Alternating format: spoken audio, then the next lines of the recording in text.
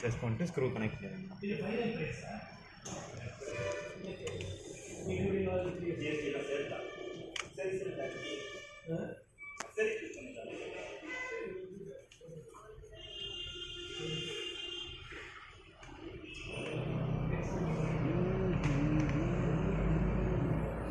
Okay, board tight பண்ணால் நாமளும் வச்சிடலாம். இப்போ நம்ம எஸ்எஸ்டி அப்டேட் பண்ணிட்டு ஓஎஸ் இன்ஸ்டால் பண்ணுறதுக்கு முன்னாடி ஹார்ட் டிஸ்கில் ஆல்ரெடி ஓஎஸ் இருக்கும். ஸோ அதை டிஸ்கனெக்ட் பண்ணிடணும். ஹார்ட் டிஸ்கோட கனெக்டர் இங்கே இருக்குது, அதை டிஸ்கனெக்ட் பண்ணிவிட்டு அதுக்கப்புறம் நம்ம ஓஎஸ் இன்ஸ்டால் பண்ண ஸ்டார்ட் பண்ணலாம். ஓகே, இப்போ நம்ம எஸ்எஸ்டி கனெக்ட் பண்ணிவிட்டு ஹார்ட் டிஸ்கை நம்ம ரிமூவ் பண்ணிடுச்சு. எஸ்எஸ்டி நம்ம ஓஎஸ் இன்ஸ்டால் பண்ணோம். ஆல்ரெடி இதில் ரெக்கவரி ஓஎஸ் இருக்கும், நம்ம காப்பி பண்ணி வச்சுருக்கேன். ஜஸ்ட் இப்போ இந்த இருக்க ஓஎஸ் நம்ம இன்ஸ்டால் பண்ணோம். ரெக்கவரி எப்படி எடுக்கிறது ஹார்ட் டிஸ்கில் இந்த display already some videos check பண்ணிக்கலாம். டிஸ்பிளே கனெக்ட் பண்ணிவிட்டு ஆன் பண்ணோம்.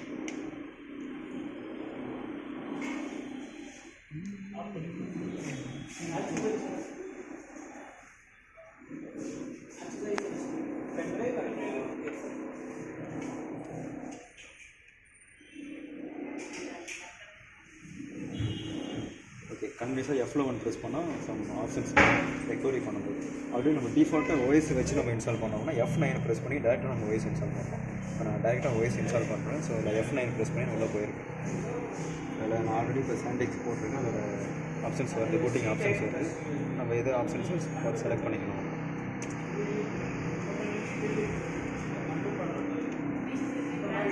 இப்போ எஸ்எஸ்டி மட்டும் இருக்கும். ஸோ டிஃபால்ட்டு எஸ்எஸ்டியில் ஓஎஸ் இன்ஸ்டால் ஆகும்.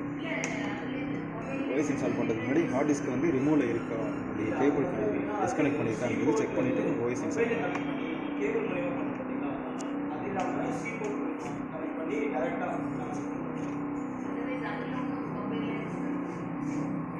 ஓகே, நார்மலாக ஓஎஸ் இன்ஸ்டால் பண்ணுற நார்மல் ப்ராசஸ் தான்.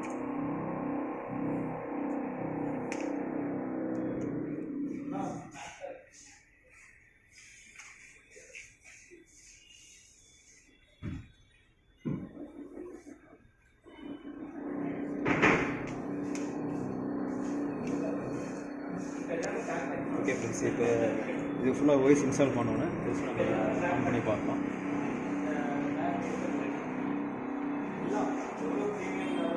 ஃபைலாக ஓஎஸ் இன்ஸ்டால் பண்ணதுக்கப்புறம் ஹார்ட் டிஸ்க் டிஸ்கனெக்ட் பண்ணியிருக்கோம். ஜஸ்ட் அதை கனெக்ட் பண்ணிவிட்டு செக் பண்ணி பார்க்கலாம். எஸ்எஸ்டி மட்டும்தான் இருக்குது. ஜஸ்ட் அதை ஃபார்ம் பண்ணிட்டு பண்ணலாம்.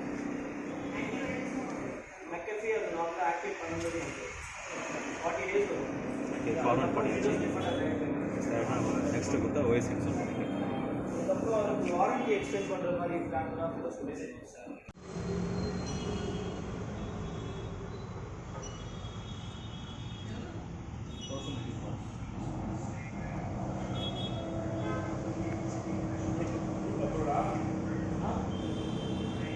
ஆஃபீஸ்